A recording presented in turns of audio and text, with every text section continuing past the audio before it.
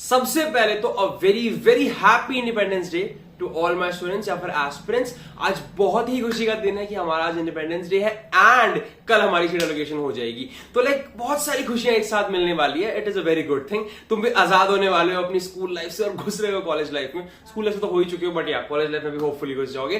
तो हम आज बात करने वाले हैं बहुत सारी मल्टीपल चीजों के बारे में। मैं आपको जरूर दिखाऊंगा कि किस तरह कल पोर्टल दिखेगा, कैसे कैसे एक्सेप्ट करना है, अपग्रेड करना है। मैंने वादा किया था तो मैं लेकर आया हूं। बहुत सी इमेजेस मैंने निकाली हैं ढूंढ ढूंढ के।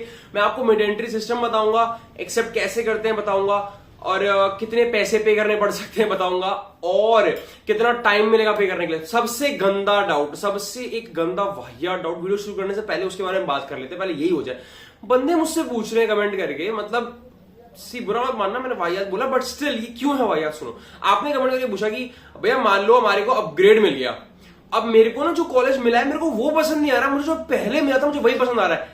ऐसे कैसे हो सकता है? ये सीधी सीधी मिस्टेक है आपकी प्रेफरेंस शीट की। आपने प्रेफरेंस शीट बनाते हो क्या ध्यान रखना था कि आप ऊपर वो रखोगे जो आपको ज्यादा पसंद है और नीचे जो कम पसंद है। मतलब ऊपर अगर आपको कॉलेज अच्छा चाहिए तो ऊपर आप बेस्ट कॉलेज रखोगे, कोर्स चाहे जो मर्जी रख लो। या अगर आपको कोर्स अच्छा चाहिए तो ऊपर अपने बेस्ट कोर्स का बेस्ट कॉलेज कॉम्बिनेशन रखोगे। मतलब ऊपर रखते हैं बेस्ट और धीरे धीरे नीचे वर्स्ट रखते हैं। अब पहले राउंड में मानो नीचे का कुछ भी मिल गया, अपग्रेड होकर जो भी ऊपर मिलेगा वो आपके लिए बेटर होगा ना, क्योंकि आपने पहले खुद ही बोला उनसे प्रेफरेंस लिस्ट में कि मुझे अगर ये नहीं मिले तो ये देना है ना, वरना मुझे यही चाहिए। तो उन्होंने पहले आपको नीचे वाला दिया, बाद में अपग्रेड करके ऊपर वाला दे दिया। अब ऐसा कैसे हो सकता है कि आप बोल रहे हो अच्छा नहीं नहीं मैंने मूड चेंज कर लिया, मुझे नीचे वाला ही वापस से दे दो। ऐसा नहीं हो सकता है। सिंपल इसका जवाब मैंने कमेंट में बहुत बच्चों को दिया कि प्रेफरेंस बनाते हुए यही तो ध्यान रखना था कि नीचे जो है वो आपका लेस फेवरेबल और ऊपर आपका मोस्ट फेवरेबल कॉलेज होना चाहिए, कोर्स होना चाहिए, ताकि अगर ऊपर वाला मिल गया है तो वापस नीचे वाले पे जाने की कोई गुजारिश आप ना करें, क्योंकि वो हो नहीं सकता। एक बार अपग्रेड होकर ऊपर कॉलेज मिल गया ना तो नीचे वाला वापस से नहीं मिलेगा। ये पहली चीज हो गई। दूसरी की बात कर लेते हैं कि भाई अगर अपग्रेड करते हो तो क्या पहला कॉलेज हाथ से चला जाएगा? ऐसा नहीं होगा। जब आपको अगला कॉलेज मिल जाएगा तब ये हाथ से चला जाएगा, है ना। और जब वो मिल गया तो इसकी जरूरत क्या, आपको तो बेटर कॉलेज मिल गया इसलिए आपके हाथ से चला जाएगा। वरना एक बार कुछ आपको एलोकेट हो गया तो आपका नुकसान उसके बाद नहीं होने वाला। ये बेसिक चीज थी। अब आज की वीडियो को स्टार्ट करते हैं। ये छोटे से गंदे से डाउट को हटा देते हैं कि यार अपग्रेड करने पर नुकसान क्या हो सकता है। It is an upgrade. ऊपर के कॉलेज मिल रहे हैं तो आपकी तो प्रेफरेंस में वो ऊपर इसलिए था क्योंकि आपको चाहिए था। तो चलिए आज की बात स्टार्ट करते हैं। तो अगर चैनल पर नए हो सब्सक्राइब कर लो, बिकॉज कल सबसे पहली वीडियो भी मैं डाल दूंगा।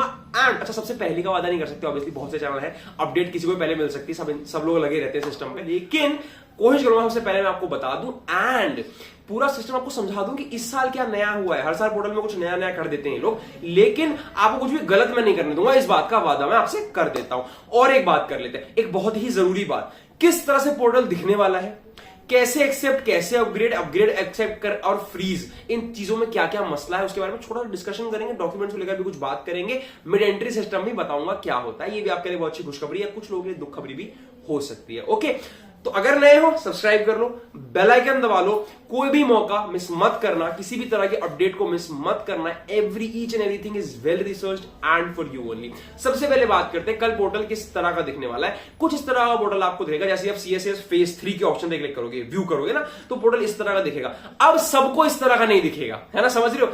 जिसको कोई ना कोई कॉलेज अलोकेट हुआ होगा उसी को ये दिखेगा, जिसको नहीं अलोकेट हो उसके में सिर्फ ये लिखाएगा नो सीट अलोकेटेड, बस ये लिखा आ जाएगा आपको। और कुछ, और उन्हें करना क्या, फिर उन्हें कुछ नहीं करना है, उन्हें बैठ के वेट करना है अगले राउंड का। उनको अगले 8-10 दिन तक कुछ करना ही नहीं, उन्हें बैठना है। उनका नाम वहां पे रजिस्टर्ड है सेकंड लिस्ट में। अगर वो लोग किसी कॉलेज की कट ऑफ क्रॉस करेंगे तो वो उन्हें मिल जाएगा। जिन्हें कुछ अलोकेट नहीं है उन्हें कुछ नहीं करना। अब बात करते हैं जिन्हें कुछ ना कुछ अलोकेट हुआ तो उनका सिस्टम ऐसा दिखने वाला है। इसमें भी यूजर एक्शन पे आपको ध्यान देना है। यहां पर यूजर एक्शन क्या बोल रहा है कि भाई अभी इन्हें एक्सेप्ट भी नहीं किया। आपको सबसे पहले आप अपने एक्शन वाले पोर्ट साइड पे जाकर कोने में अपने आपको सीट को एक्सेप्ट कर लेना।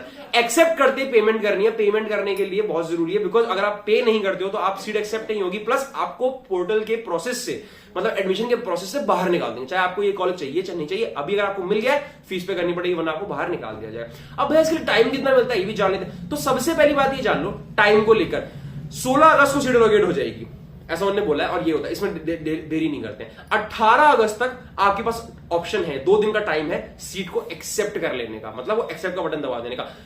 20 अगस्त तक आपके पास टाइम है कि आप फीस पे कर दे, समझ रहे हैं, मतलब 20 तक का टाइम है। 20 या फिर 21 तक का टाइम रहेगा आपके पास, शाम को 4 थोड़ा सा टाइम मिलता है पेमेंट का, 4 दिन का। 21 तक आपका टाइम रहेगा, उसी में आपको अपग्रेड भी करना है। अब आपको वो कैसे करना है भैया, आपने एक्सेप्ट कर दिया, आपने पेमेंट कर ली, फिर आपको कुछ इस तरह का ऑप्शन दिखेगा, अपग्रेड या फ्रीज या विड्रॉ, ये सब कुछ आपको अवेलेबल दिख जाएगा ऑप्शन में।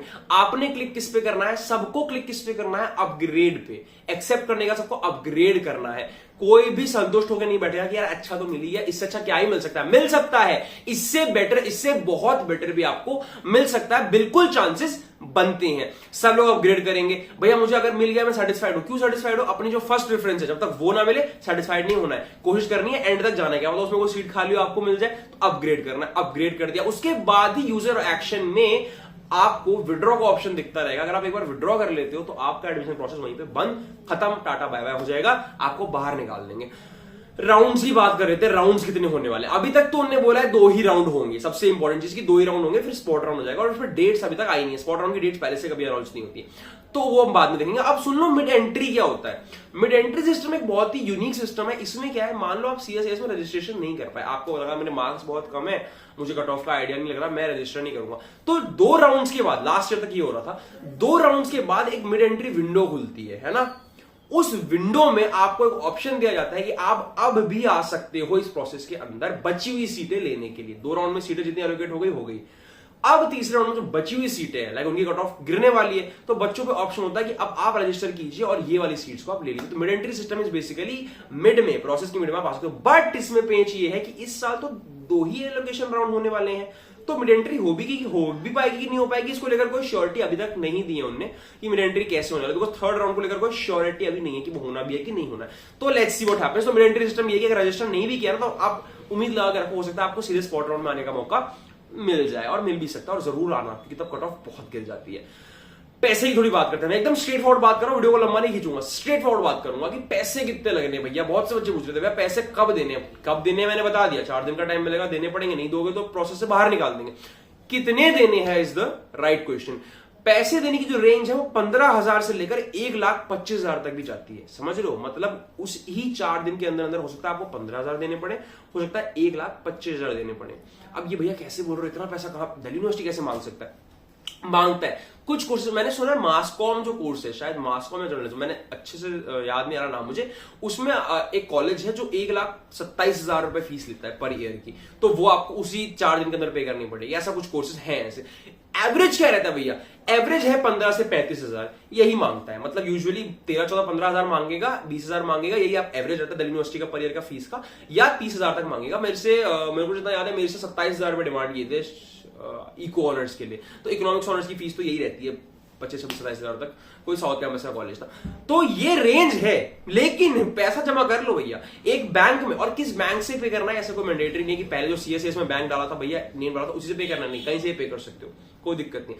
वो बैंक भी डलवाया था भैया फिर लोगों ने, वो इसलिए डलवाया था कि जब आपको रिफंड देंगे ना, तो रिफंड उसी बैंक में आएगा जो आपने उस टाइम पोर्टल में भर दिया था। रिफंड कब देंगे भैया, रिफंड देंगे अगर आप एडमिशन विड्रॉ कर लोगे और पैसे दे चुके हो, तो पैसा वापस आता है 3 महीने के अंदर वापस आ जाता है। तो ये तो इंपॉर्टेंट बातें हो गई। अब इंपॉर्टेंट बात एक और ये थी कि भैया 15 से 30,000 तक मैं कहूंगा कम से कम पैसा इतना तो जमा करके रखो। वो उस 4 दिन के अंदर पे नहीं किया ना, तो भी आपकी सीट आपके हाथ से निकल गई, फिर आप कुछ नहीं कर सकते, फिर आप मिड एंट्री में भी नहीं आ पाओगे, बिकॉज आप तो पहले रजिस्टर कर चुके हो, आप दोबारा नहीं आ सकते। मिड एंट्री में सिर्फ वही आ सकते जिन्होंने पहले रजिस्टर नहीं किया है, मिड एंट्री उन्हीं को अलाउड होती है। ये बात क्लियर हो गई। कितना पैसा भैया, 15 से 30,000 तक। मैं कह रहा हूं सेफ साइड 40,000 तक का जुगाड़ कर लो। यूजुअली तो 20, 22, 21, 22, 20 ऐसे ही मांगता है, बट 40,000 तक का जुगाड़ कर लोगे तो बेहतर रहेगा, बिकॉज पहले राउंड में आपको कोई लोअर लेवल कॉलेज अलोकेट हो गया, बट उसकी फीस ज्यादा है, उसके किसी कोर्स में एलोकेशन होगी, उसकी फीस ज्यादा है, तो देनी तब भी पड़ेगी ना।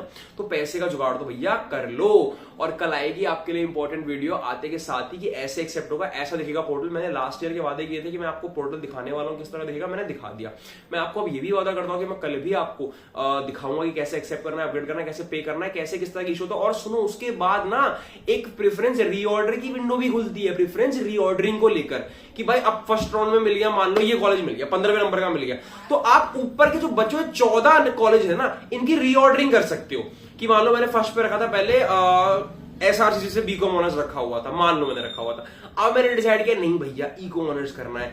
इको ऑनर्स सबसे अच्छा कहां पर है, मान लो इस कॉलेज में सबसे अच्छा है, तो एसआरसीसी को मैं 14वें नंबर पे ले आ देता हूं और फर्स्ट पे कर दूंगा अपने इको ऑनर्स को। ये एक ऑप्शन है कि आप जो बची हुई प्रेफरेंसेस ऊपर है, आपको जो भी कॉलेज मिला है उसके ऊपर जो प्रेफरेंसेस है आप उसको रीऑर्डर कर सकते हो। अब जिन्हें कुछ कॉलेज नहीं मिला भैया, उनका क्या है, वो पूरी लिस्ट को रीऑर्डर कर सकते हैं। रीऑर्डरिंग की विंडो तो खुलती है। अब रीऑर्डरिंग में कट करना, ऐड करने का ऑप्शन आई डोंट थिंक देंगे।